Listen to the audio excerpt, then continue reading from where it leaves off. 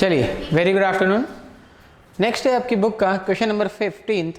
What is the directional derivative of phi is equals to x y square plus y z cube at point 2, -1, 1 in the direction of the normal to the surface x log z minus 1 equal to 4 at -1, 2, 1। Clear? तो question के according सबसे पहले आपको इसका directional derivative निकालना है। Clear?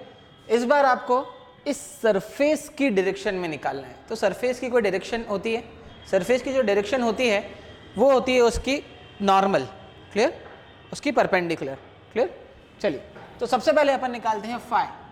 Phi given है, सबसे पहले निकालते हैं directional derivative of phi, that is gradient of phi, यानी कि del by del x of x y square plus y z cube i cap plus del by del y of x y square plus y z cube j cap plus del by del Z of x y square plus y z cube k cap.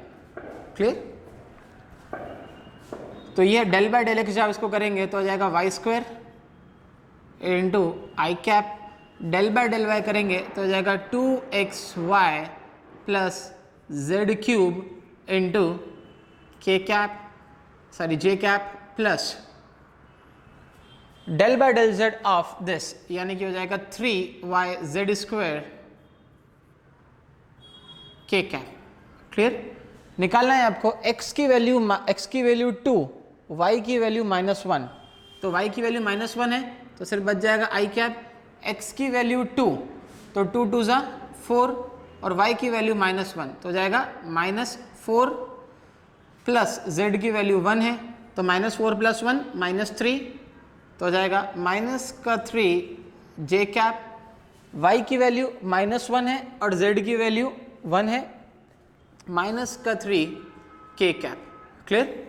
ये आ गया आपका vector, इसका directional derivative. Clear?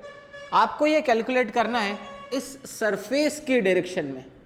तो इसके लिए आपको निकालना पड़ेगा सबसे पहले सरफेस का वेक्टर। तो सरफेस के लिए आप ले सकते हैं अब उसका ग्रेडियंट। सरफेस का ग्रेडियंट हो जाएगा आपका डेल बाय डेल एक्स, तो जब इसको डेल बाय डेल एक्स करेंगे, del by del x of i plus del by del y of j plus del by del Z of के।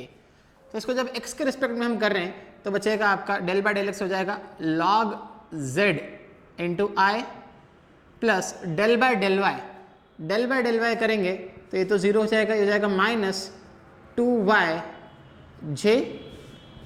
क्लियर? माइनस का 2y जे plus इसको del by del Z कर देंगे तो हो जाएगा x into log Z का हो जाएगा 1/z के कैप।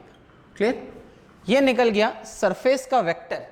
इसको किस पॉइंट पे निकालना है?